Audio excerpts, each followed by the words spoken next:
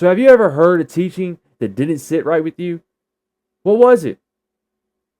Let's expose these false doctrines together. Now, here's where things get dark. The Testament of Solomon isn't just some ancient myth. People are still using it today. In fact, some New Age occult circles, Solomon is treated like a master magician, like he is Gandalf himself, not some biblical king. There's entire books and secret societies dedicated to what they call Solomonic magic. Rituals supposedly based on his teachings. And it's being pushed harder and harder every day.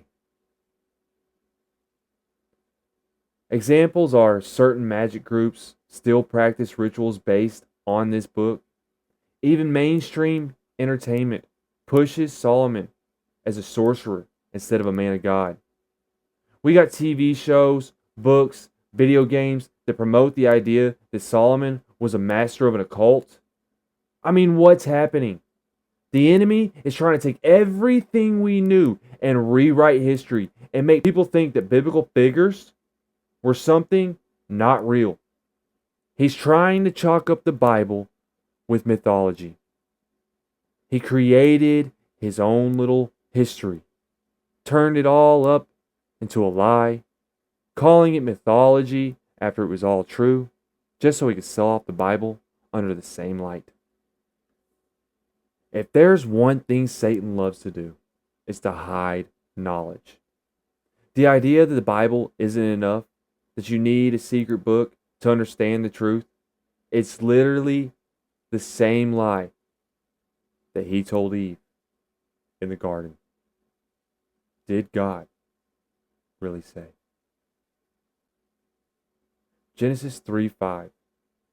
For God knows that when you eat from it, your eyes will be opened, and you will be like God, knowing good and evil. That's exactly what these lost books push.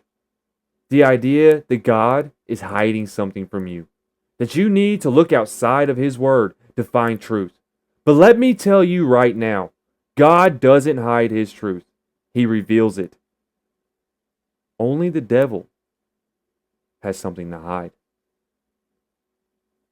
See, I remember the first time I saw people actually defending these lost books. I was in a discussion where someone straight up said the Bible was edited to keep people blind. The real truth is in the Apocrypha and the forbidden books. And I realized this isn't just a debate. This is a spiritual war.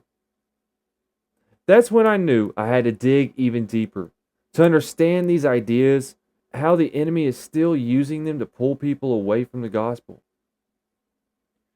Here's the bottom line. The real Solomon was wise, but he didn't need a magic ring. The fact that people still use this book today proves one thing. Deception never dies. All it does is reinvents,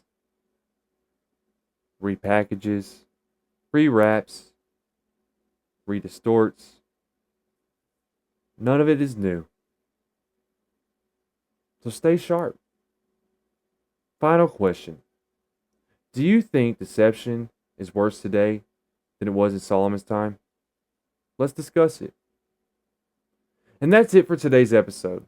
If this opened your eyes, make sure you follow us, share, and support the podcast. I ask you to like, follow, and share because someone out there needs to hear this. And for some reason, the algorithm needs us to twist it too.